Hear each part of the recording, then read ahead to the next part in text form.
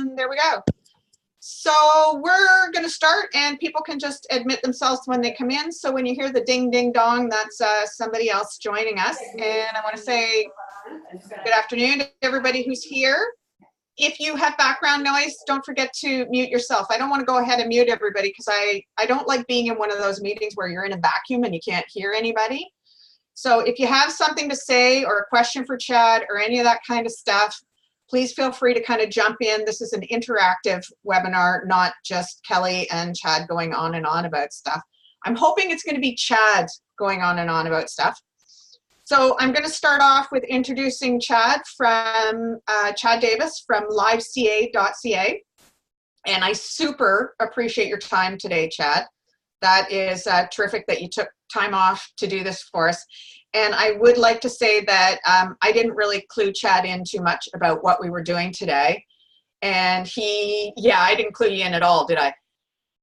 No. So you're a trooper, man. Thank you very much. And I actually, Chad, I love that you threw in the one idea too that I hadn't really thought about. So this isn't just going to be about Slack. It's going to be about managing that instant society. What was the word that you used for it, Chad? I do not remember, Kelly. That was a week ago. Right, a week ago. And you've been on tour since. So Chad said that he's also going to talk a bit about how at liveca.ca they manage everybody needing everything. I'm paraphrasing here, how everybody wants everything right in that moment and how they manage that as well, which is interesting because I did a webinar last week on it was optimizing your customers' lives, but a lot of it had to do with managing your customers, and that's how you optimize their lives. And so I'm just going to take a quick, right? Downfalls of an ASAP culture for sure. So anyways, I'm back to thank Chad because I gave him absolutely no idea really what we were doing. And I'm going to start out with the reason that I invited Chad to do this, other than I really admire what they have done with LiveCA. I super admire what you guys have done with LiveCA. That's been quite a story over the last couple of years. So I respect you guys and I respect the culture you've got, and I've got all the stuff you got going on just seems so terrific.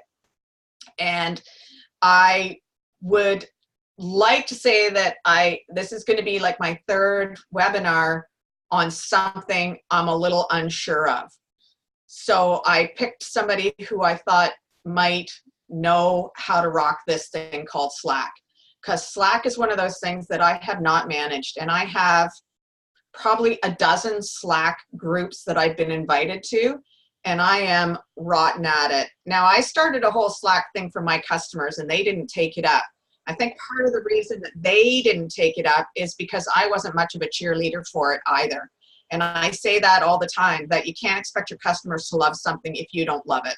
So I couldn't get any pom-poms out on Slack because I didn't quite get it, and I still don't. So I'm hoping Chad's going to show me a better way of doing something. And Chad, you are going to get to talk in a moment. I'm going to show what it is that I am doing right now that is completely and absolutely not working for me. So we're gonna share this screen right here. So and I got to bring this back over so I'm not looking in the middle of nowhere. There, you can all see each other again. So when I get a Slack invitation, Chad, I save it in my email so that when I need to go to that Slack channel, I can actually join the Slack channel, and I like some sort of crazy person, join it from my email, and then there I am. That's how I joined Slack. Oh, and I meant to get rid of that is what I was doing. Hey, everybody out. So this is how I joined Slack, and I even have like I have a Slack desktop app. But now I'm going to hand it over to you, Chad. I'm sure there's a better way to get to my Slack channels. Yeah, some people bookmark them, some people switch. Why don't we do an intro first? That way people know who this is, and this doesn't turn into a Slack troubleshooting call. That'd be great. Yeah. All right. So hi everyone. My name's Chad. I, along with my business partner Josh, back in 2013, created a company called LiveCA. You don't have to call it liveca.ca unless you want to visit the website. It's really old, and we haven't changed it in about 4 years. It's not that interesting. But the premise of LiveCA was really just to allow Josh and I to work from home. It had nothing to do with trying to build a company or do anything overly ambitious. And it just kind of graduated from that into something that's a bit bigger than us right now. And right now, I think we have about 60 full-time employees across Canada. There's there's no office, so you guys are all aware of how that works. I'm currently kind of traveling around North America. Rented out my house, and I'm visiting employees and customers with my family, traveling around in an RV. Josh is living in Buenos Aires. A small amount of the team is in Central South America, visiting for a couple weeks. There's team meetups around the globe, all kinds of fun stuff. So what we're trying to do is just stand for something, and we just wanted to be that firm where people that wanted a really kind of equal, I won't call it, there's a lot of contention around using the word balance, but for people that want a little bit of a life, but not just spending it all doing work, we wanted this to be a place where people could do that, where it's almost more important than the work itself.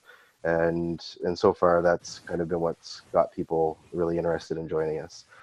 And just to kind of get that out of the way, we do work mostly with Xero versus the other systems. And I don't know very much more about what you wanted for an introduction, Kelly, there, but that's the quick intro for LiveCA. That's great. And so once again, I just want to say thank you, and that what you guys have done over the last couple of years has been fun to watch. It's been, and I didn't know you had rented your house out. I knew you were traveling around all over the place, but that's commitment, man. So, yeah, it's fun. 2 kids, my wife, an RV. We didn't get a dog yet because we're not, I didn't want to have to deal with that just yet, but I can't wait for the day where we get a dog too. Well, anyways, it's just so great what you guys have done. It's been fun to watch. And yeah, and again, thanks for joining us. And I appreciate you doing your own intro. I guess I should have done a better job of that. No, it's okay. And if the Wi-Fi is bad, it's just because I'm in a hotel room right now. There's a board of directors meeting down here in San Francisco for Xero, and lucky enough to be a part of that, and just here for the day. And apologies for the Wi-Fi if it craps out a little bit. Okay, cool. Okay. So what do I do, Chad? Or do you, because we didn't talk about what we were going to talk about today, because I just love surprising people. Tell me start with what Slack is doing for you guys. Sure. So for me personally, it's been quite positive and negative at the same time. I think when you go into this, you can invite all your clients in, you can work with a bunch of different groups, you can let it take over your life. But for me personally, I found it to be a huge detriment to working, but also the biggest advantage I've ever seen. So the biggest advantage, obviously, is what everyone's seeing. It's a replacement to the old Skype messages or emails or things like that. But what we've seen as the team's gotten bigger is that we've had a harder time actually doing work. Everything's about the first answer versus the right answer, and we're not quite doing the right type of work, I believe, when Slack is open all day long. So while it's been really great for automation and for letting a team that's remote work together, being part of bigger communities that are more instant, I just wanted to start off with a bit of a negativity tone, which is probably not the best idea at the very beginning of a webinar, but it can get so much, in quotation marks, so much that you don't actually get work done. And we didn't get into business to not get work done. We did it because we're trying to do something, and typically that's what people are paying us for education. So I think the things that have happened, like maybe at 10 people or at 20 people, 40 people, now at 60, they're all different things. So I thought, instead of listening, there's 100 different webinars in Slack. I thought maybe I might just go from like our experiences going from like the different team level numbers into some of the issues that we've seen. So would love that. I think when we started with Slack, there were about 8 or 10 people. We had come off of another system. I forget what it was actually, like Flow something or HipChat or something like that. I would honestly forget. But it was revolutionary, right? The idea of private channels and things just working and add-ons working in. At 8 or 10 people, it was the biggest thing to help our efficiency. We could finally, post screenshots nicely, just collaborate with different people. It was amazing. I think that 8 to 10 people group, that was probably like the highlight of Slack. Oh, hi, Andrew, you're in bed. So for us, like that 8 to 10 person mark was, it was the heyday. It was one of those things where you looked forward to using Slack. You looked forward to, all the things that were automated and coming in. And, it was like bliss, to be honest. Right. Then the team became too much to handle manually. So right around 15 or 20 people, I remember that's when we put in our first HR system. That's when things became too much to know for every single customer or every single employee. And then, Slack itself, we focused more on the automation side than we did on the, just trying to use better channels or dealing with that kind of stuff. So that was, it was getting better because we were getting more in control of the data. Fast forward, 20 or 30 more employees, and now it's just like, it's so much that you have to turn it off in order to get work done, right? Or to even have your own brain back, because you're constantly like worrying about what you're missing. So I think what Slack did for us between that sort of like 20 to 40 mark was it made us really think about how we do work. What's an acceptable response time? What has to be automated? Can clients actually use Slack with you? Every company is different, but for us, we made a few big distinctions between 20 and 40 people. The first one was that no clients were to ever, bombard our sacred time, right, with Slack. So we would never invite clients in. Oh, okay. Right. Interesting. We can talk about that some more too. Another thing too was there were channels that people weren't in. So right from the very beginning, we had always said we wanted it to be a transparent company. So, transparent company is more than just sharing your financials and your strategy goals and, what you're working on. It's about including everyone in the conversation at the right time. So we made the mistake back then of restricting different access to different channels. And we thought that, just onboarders need one, or just the tech team needs theirs, or the bookkeepers needed theirs, or the treasury team needed theirs. That was what we thought, because we didn't want to bombard other people there. Sure. That changed between 50 and 60 people, because with that many people, you kind of have to know. So it changed the way that we chose systems. It changed the way that we opened up the channels. So for example, we have regions around the country, and we used to have private groups for each region. Now those are open, so that people around the country can see what's going on, and then if they want to go join that, they can fly over and join that group.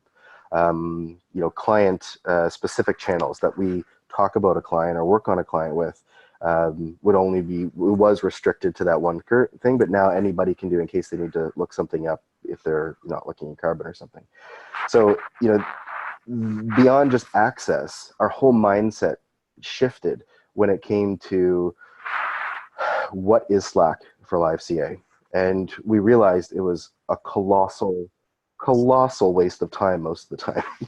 Wow, so, that is interesting. So what we did is we changed the way we worked, and that has been fundamental. So we looked at the business and we said, okay, why is it so bad?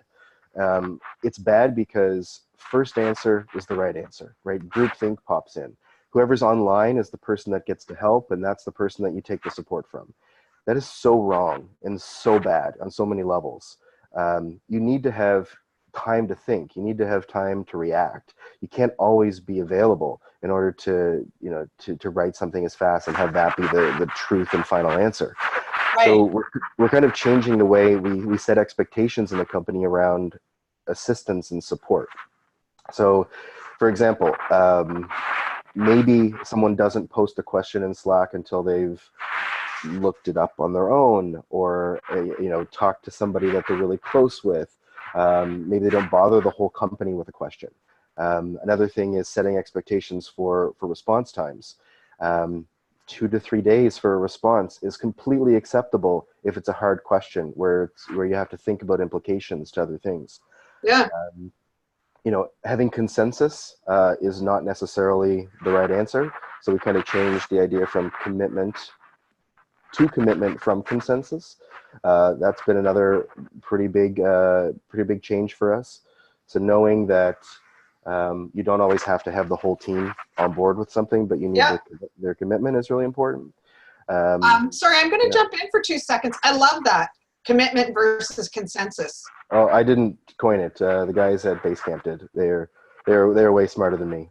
But I mean, you're only as smart as the things that you adopt and you implement as too. That's right.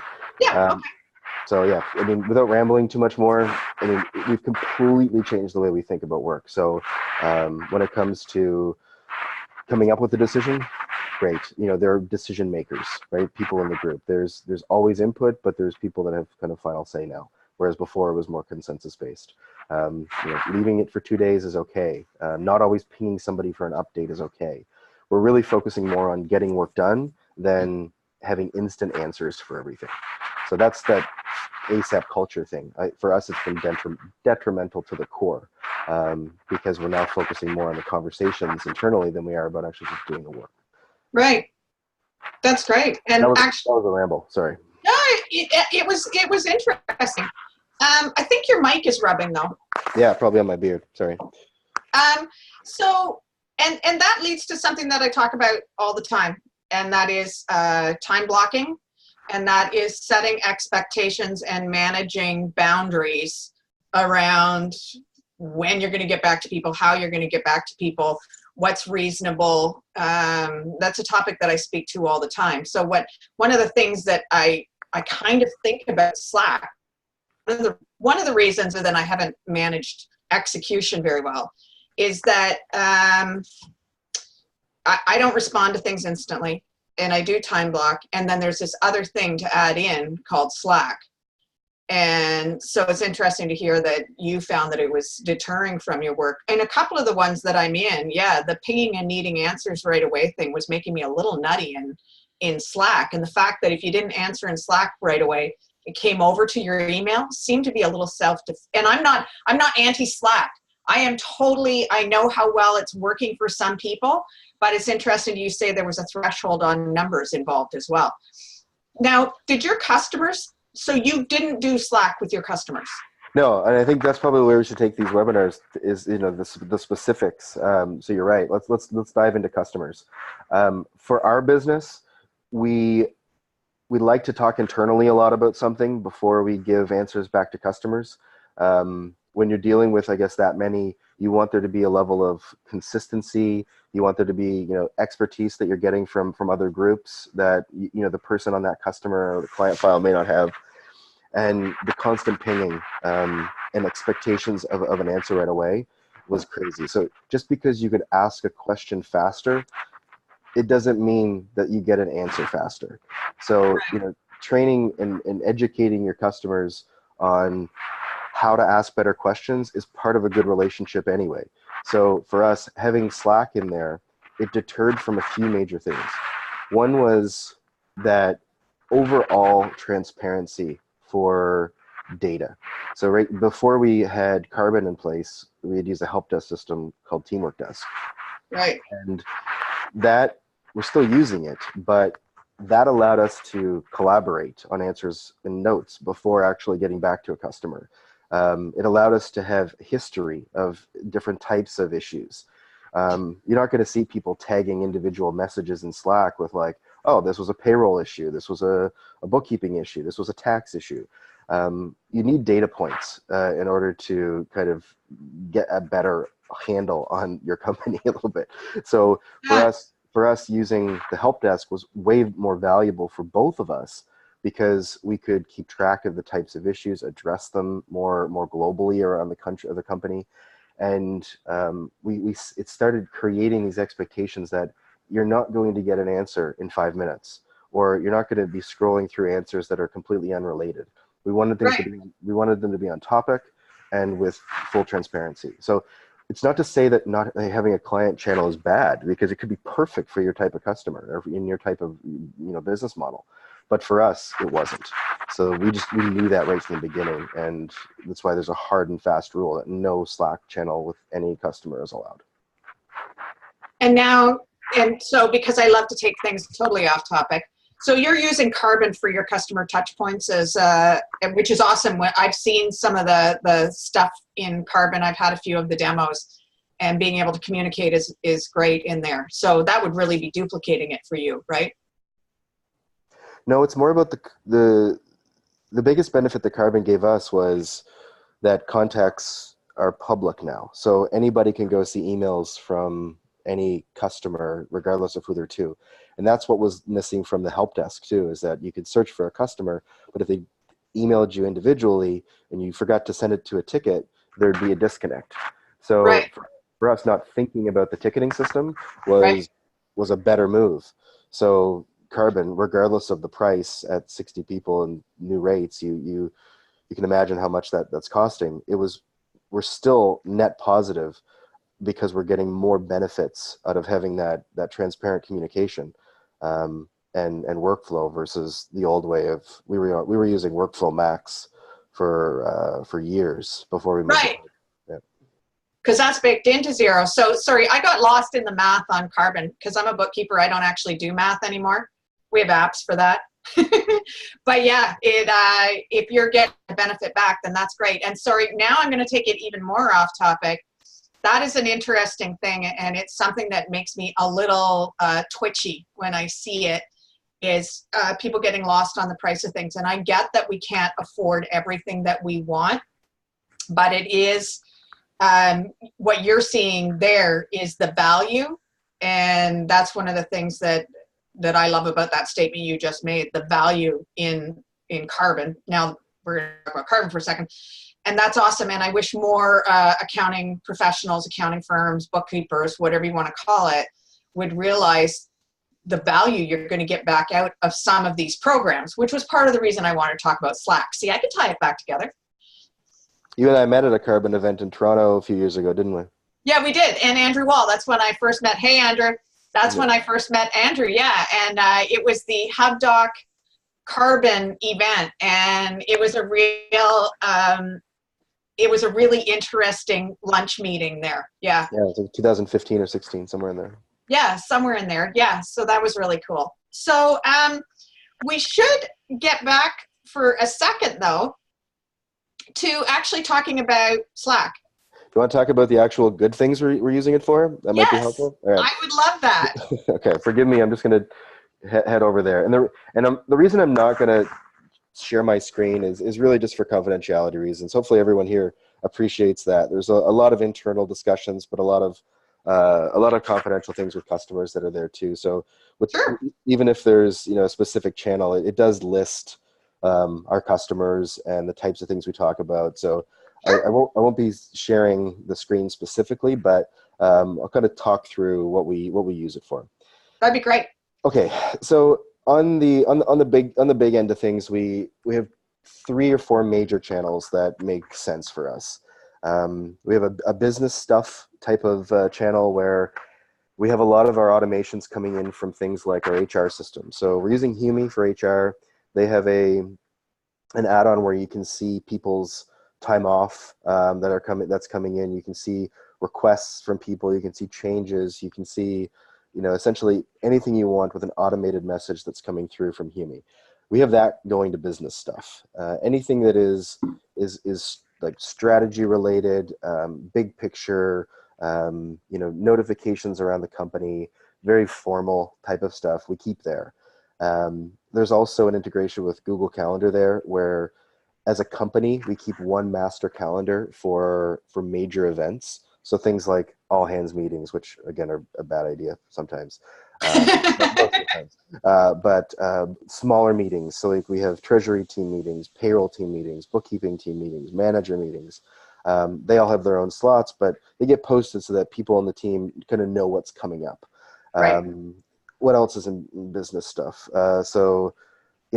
Really like that's it. Like, big picture company stuff. We have HR channels. Sorry, I was saying the three big things. The other one's Heartbeat. A Heartbeat channel, we kind of stole that from the naming from the Basecamp guys. They have a Heartbeat update for the company.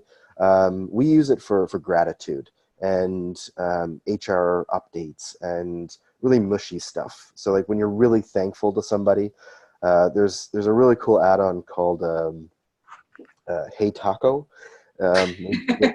Maybe some people have seen it, maybe they haven't.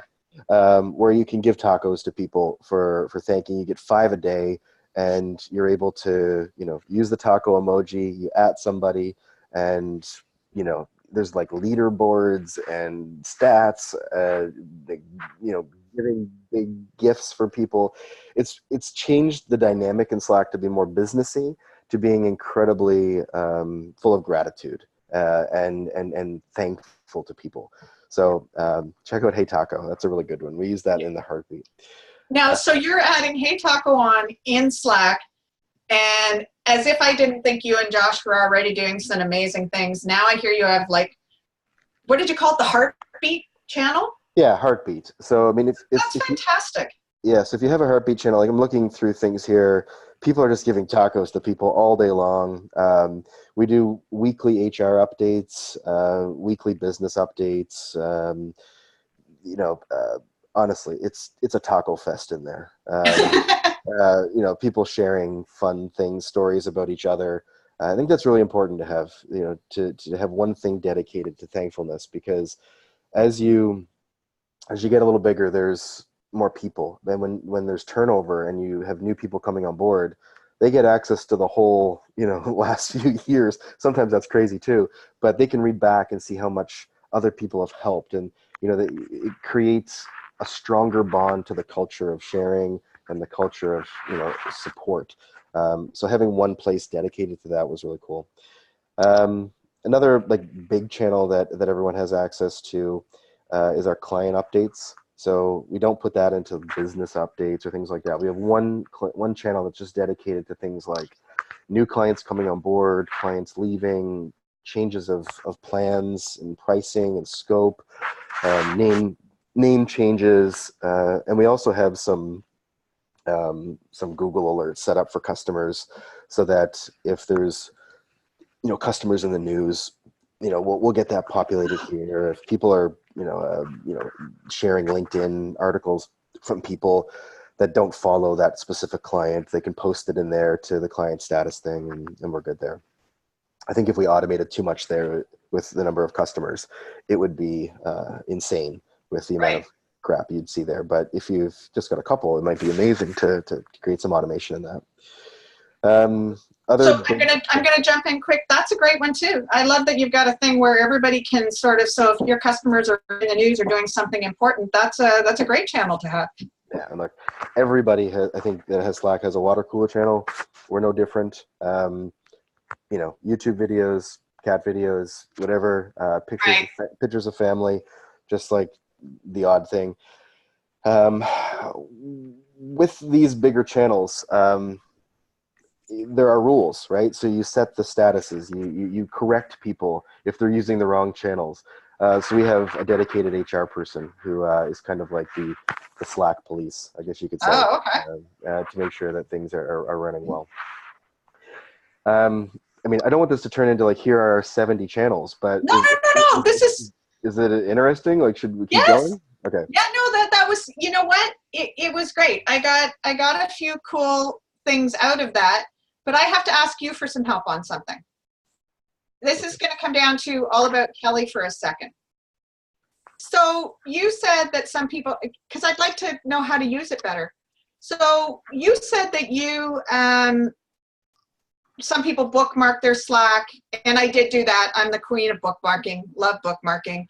But I have this, and I'm going to share my screen again. We're going to go back to that for 2 seconds because I need to, hold on, I need to pick your brain for a second. So I have this, my basic Slack. How do I get my other stuff in there?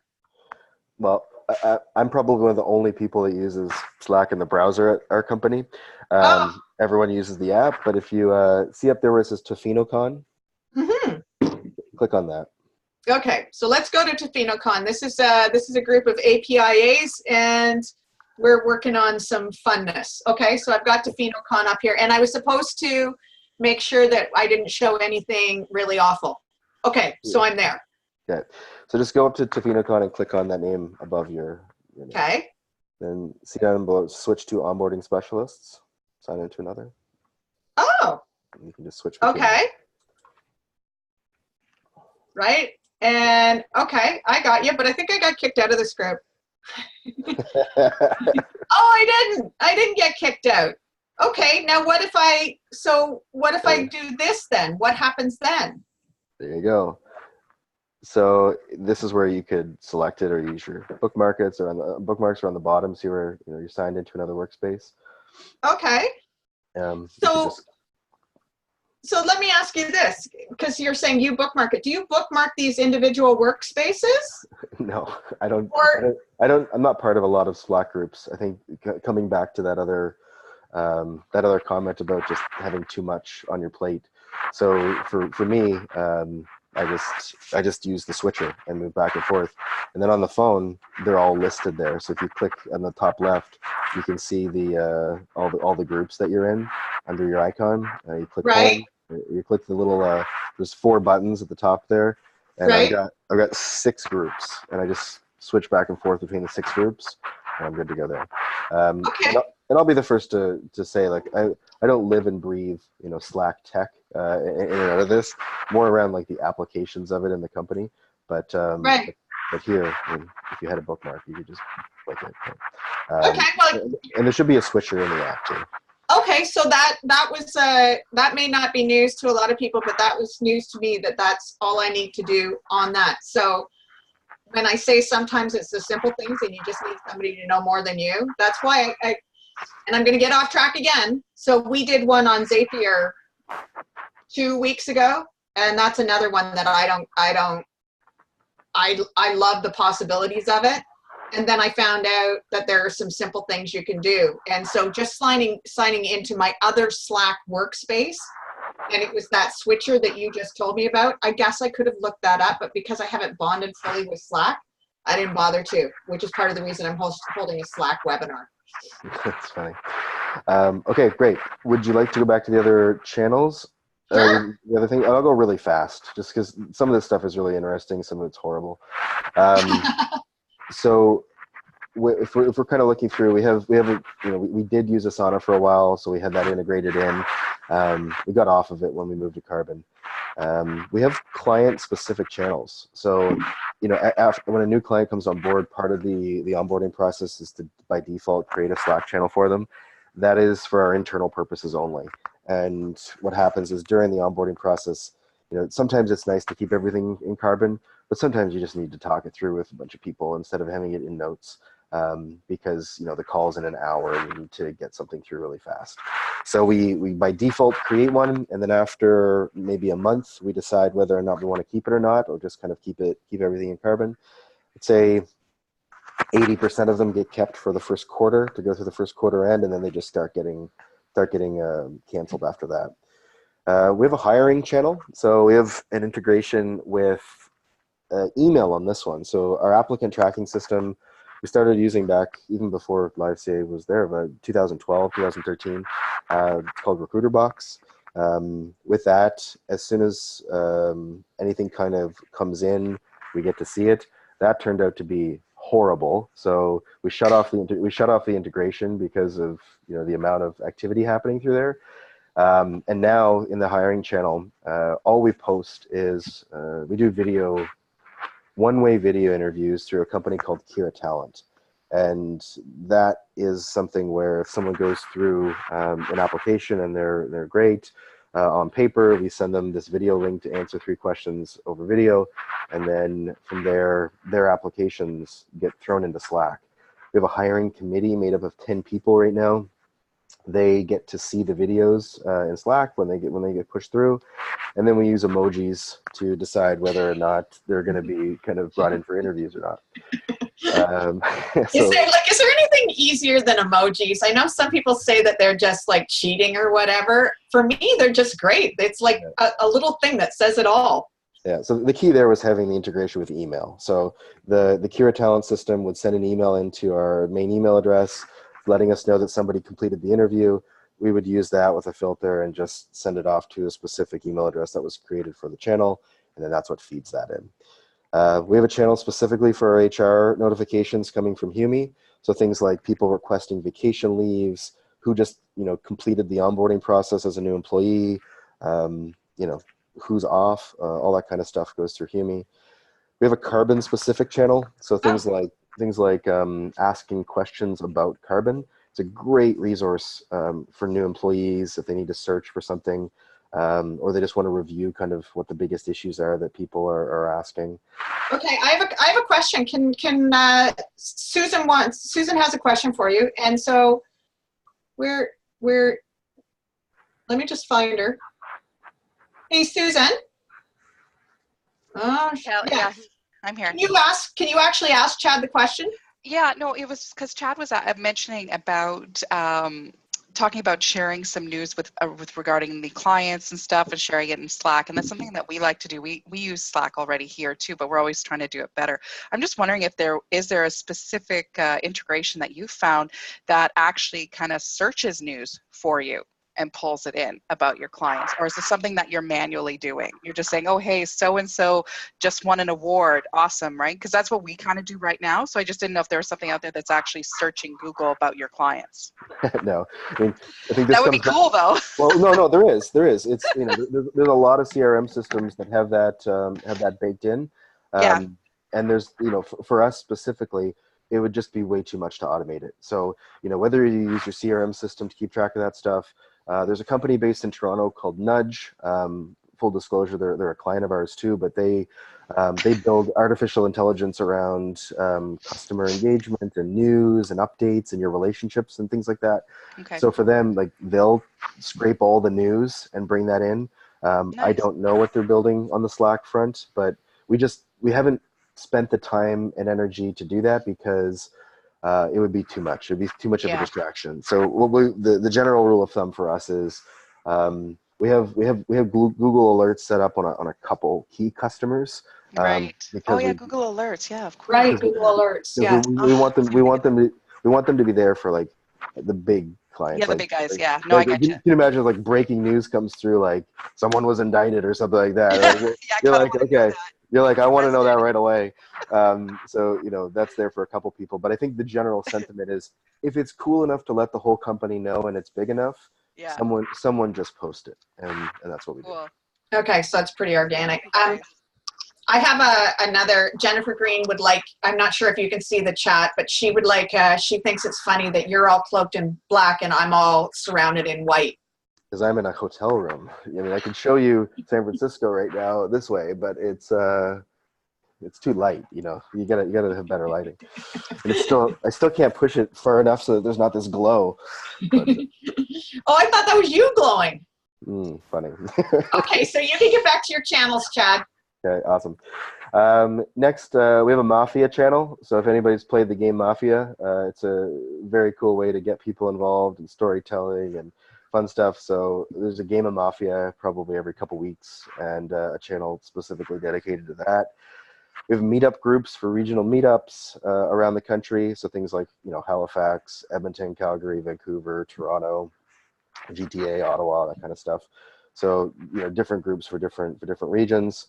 While someone's onboarding, we have a general onboarding channel so that when there's bigger questions, people can actually ask them.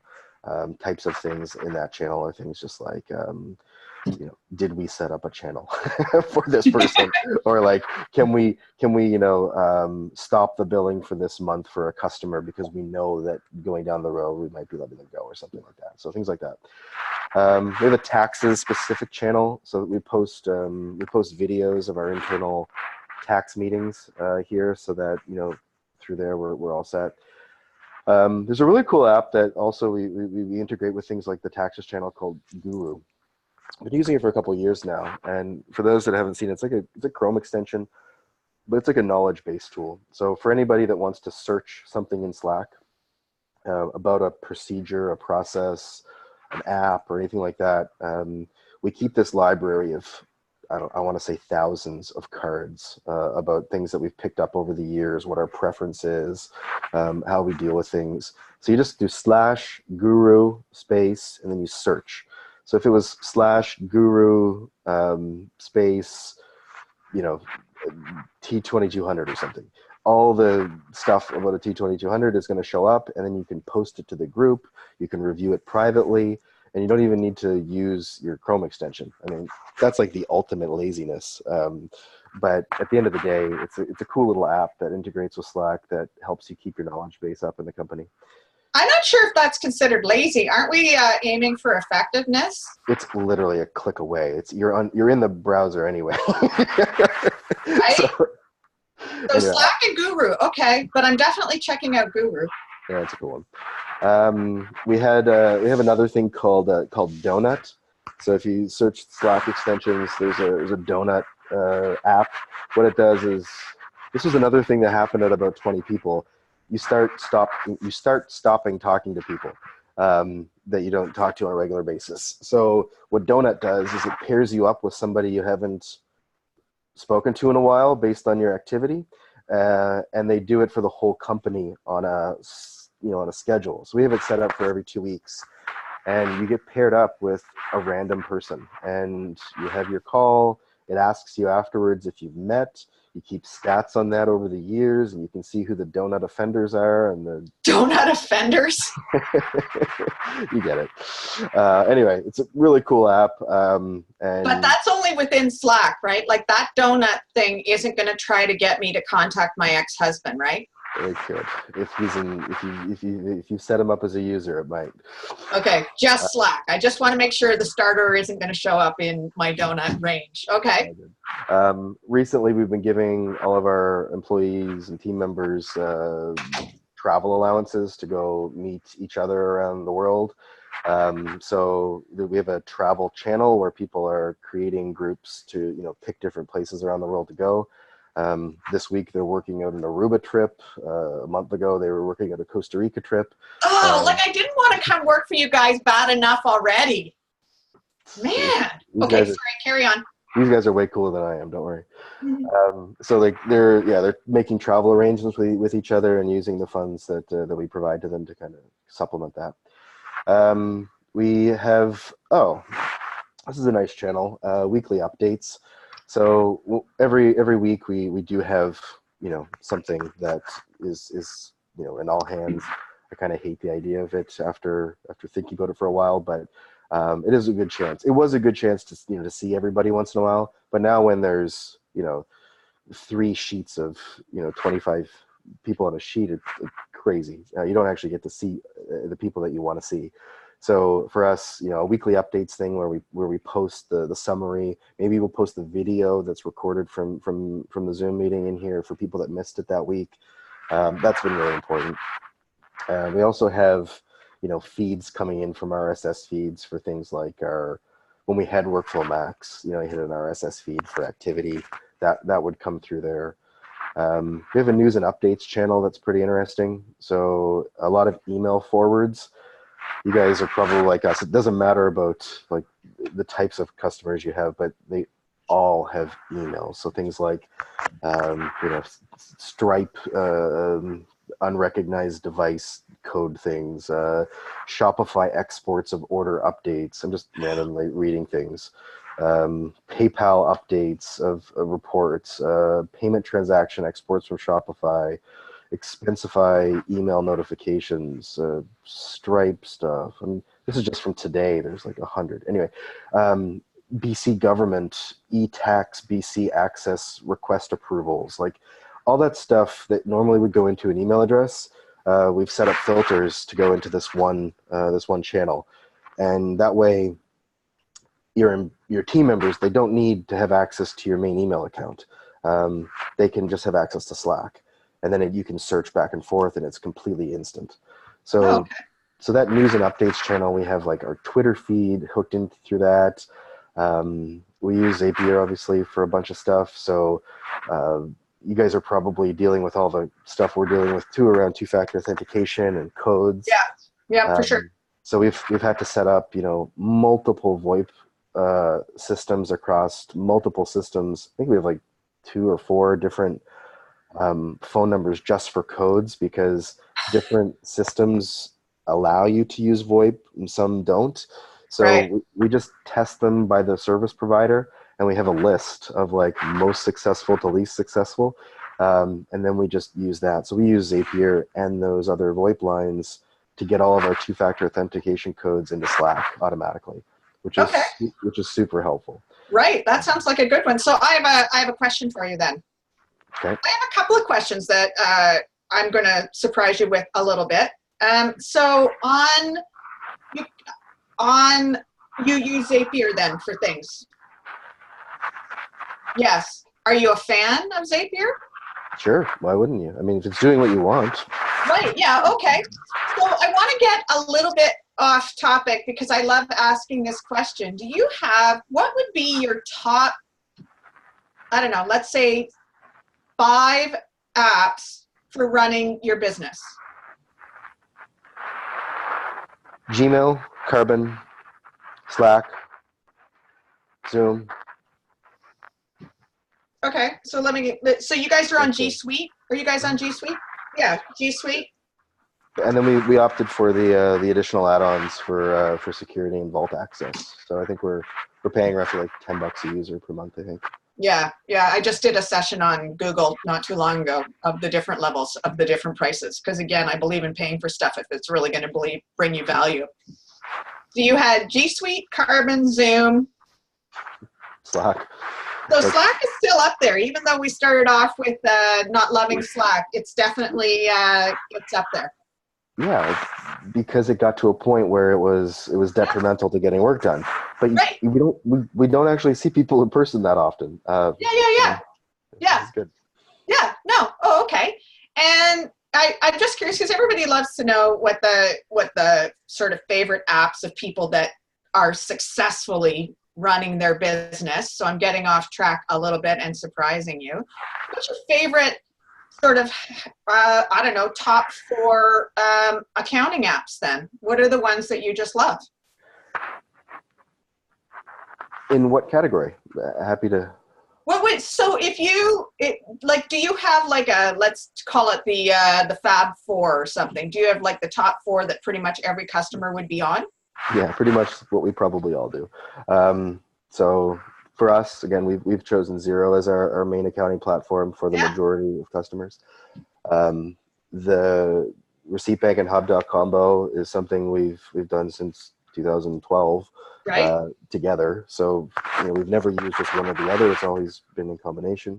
I love that combo. Love it. And let's call it the Fab 3 because that core is there for 99.5% of all customers. Right. Okay. Yeah, that's just what I was curious about was so the same ones that most of us love. And I know this sounds like simple questions, but I love to see what other people, just in case there's something new that pops up or whatever the case may be, right? Look, there's lots of new stuff out there. By a general rule, the integrations are horrible. And you just got to be able to know whether or not it's going to be valuable to a customer or yourself or not. So that's why I say like those 3 get there. But I think on average, every new customer gets between 3 and 6 or 3 and 7 applications. They're all different depending on the type of customer, the type of line of business. You know how it is. Yeah, I know how it is. So then we're coming down to the Snickers here. So then I just thought what other, are you mostly then just email with your customers is where I'm going with it. How do you communicate with your customers if it's not on Slack? Yeah, it's through email, phone calls. I mean, don't underestimate phone calls. We went through a stage. We went through a stage where we thought automation and like using tech was the most important way to contact customers. Just it feels silly saying it, but a lot of people don't feel comfortable calling people and talking through emotional things. So we have a rule here. If it's transactional, it's email. If it's emotional, it's a phone call. Black and white. And if it's an emotional call, have your summary of your call ready to go after the email, after the call, and then you send out the summary email. But that rule of thumb has kept client or customer service, I think, at a pretty high level. It's a great rule. I love that. Yep, I really love that. Okay, so, and that actually is a great takeaway. I love that. The phone call thing, I think that's undervalued as well. Especially I'm remote, so for me, I actually find it's a great way to just touch base with customers sometimes too. Yeah, and I love that you've got the tiered levels of it of when is what is appropriate. The last thing on the Slack thing, instead of just going through, there's still like 10 or 15 more channels, but I don't think we should go through them all. It's impossible. The last piece that's been very good to solicit feedback and get answers from people and to keep them anonymous before engaging in a lot of that groupthink that happens and sort of first answer is correct, is we use this app called Howdy. It originally was called Howdy.ai a couple years ago, but we've stuck with it. It allows you to create your own custom scripts of questions. And from those, you can then, I think there's a Y at the end of Howdy, Howdy. You plug that in, and then you use the Howdy / command. And then from there, you start your poll, your questions. It's not necessarily a poll thing, but it allows you to ask one question at a time, and it's a bot. So for things like today, I'm here at in San Francisco to do this Zero board meeting thing. In order to be prepared for it, we sent out a Howdy that said, one question was like, what's one thing that we need to really focus on and make sure that we ask about or address? And then maybe a second follow-up question is like, what are some features that could use some enhancements or some changes? So we asked that to the whole group. Everybody put their answers in, either at a designated time or as soon as everybody responds, whatever's earlier. There is an automatic post, and you can choose whether or not to keep the results private to you or to post back into a specific channel. So for that one, we let it just be public, of course, and everybody could see what everyone's asking for, but it avoided groupthink. And I think that's really important in Slack. So having that anonymity, when you're asking questions like that, Howdy allows us to do that. Okay, I actually wrote that one down too. I know I put it in the chat. I'm writing a few things down for myself here.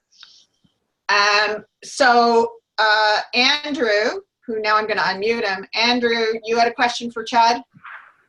Hey, buddy, how you doing? It's been so long. I miss our hugs.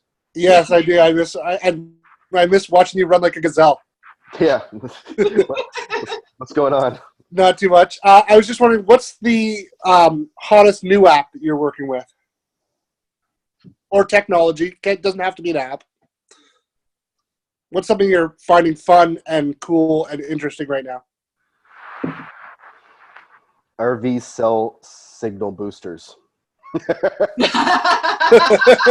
that tells me how remote you are.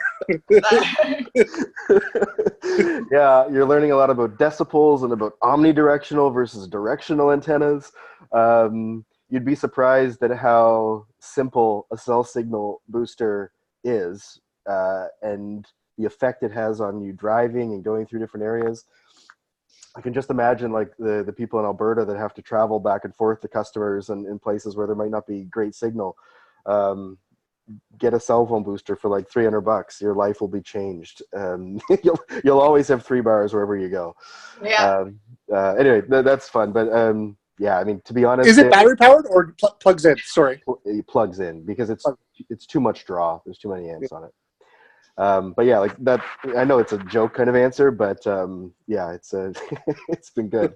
The other thing too, which I've done over the last year and a half, I switched to Android from. I had the first iPhone and every major one out since. Yeah. I went to a Pixel 2 when they first came out, and was on the wait list or whatever. Waited in line. I had to got it shipped the day it shipped. Geek. Yes, and it's been the best switch for me, me personally.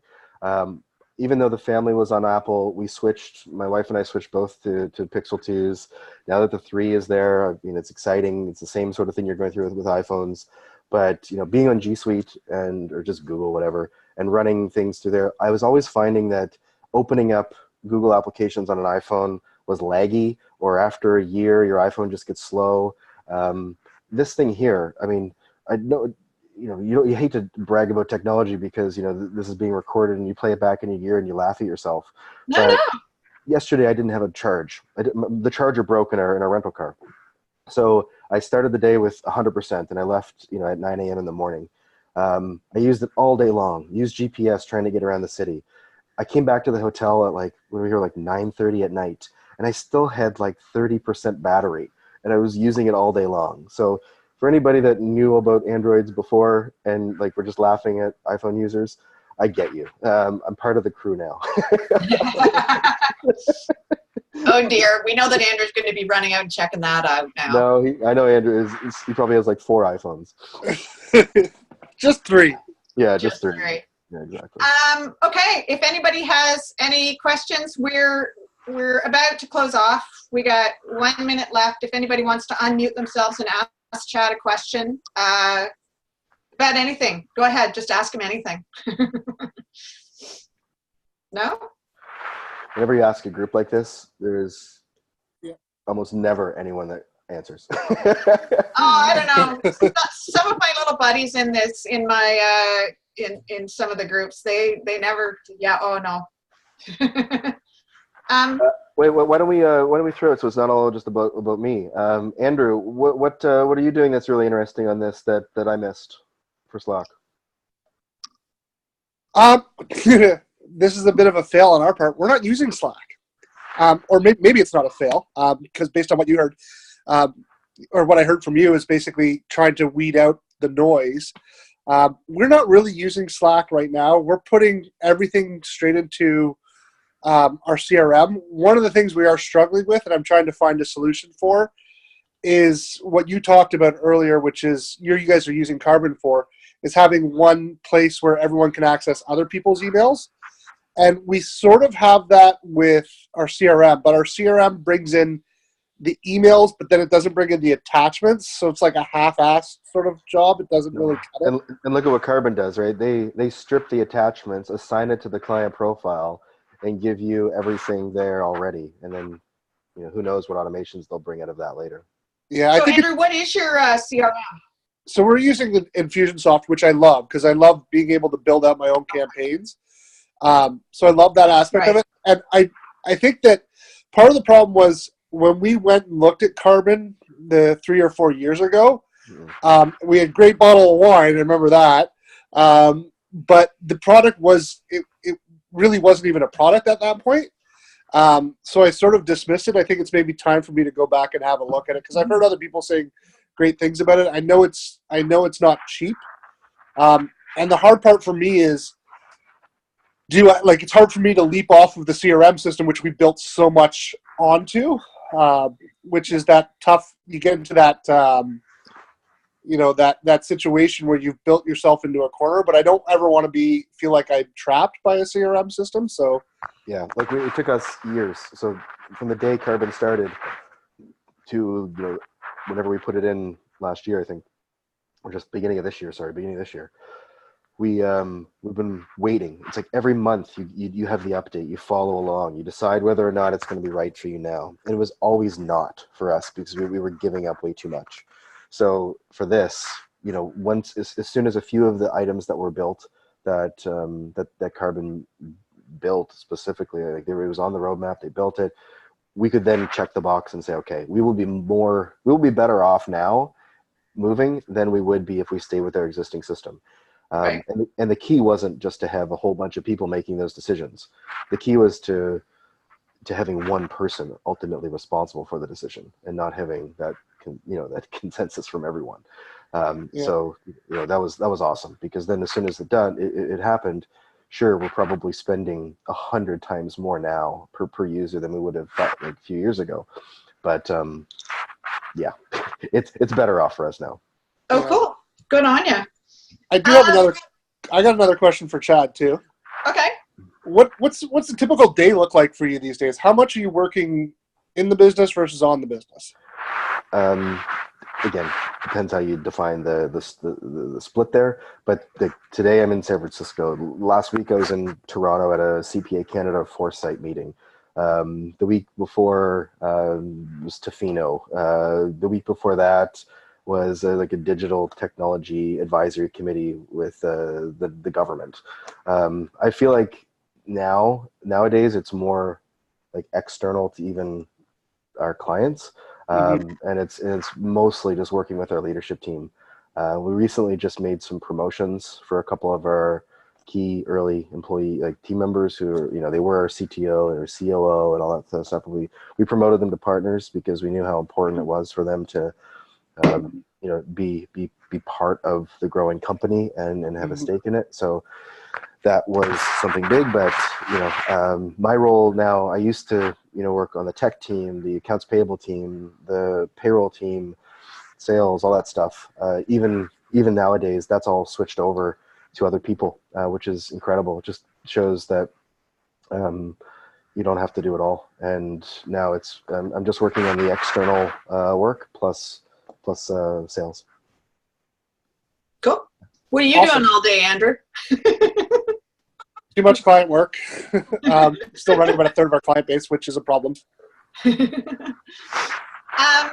So it is past our time, and I just would like to say thank you so much for people coming out to the webinar, but also Chad, I appreciate it tremendously that you took the time. And as I mentioned at the beginning, I respect what you guys have done with the company, and I respect it more, especially now that I know you've got the taco thing going on.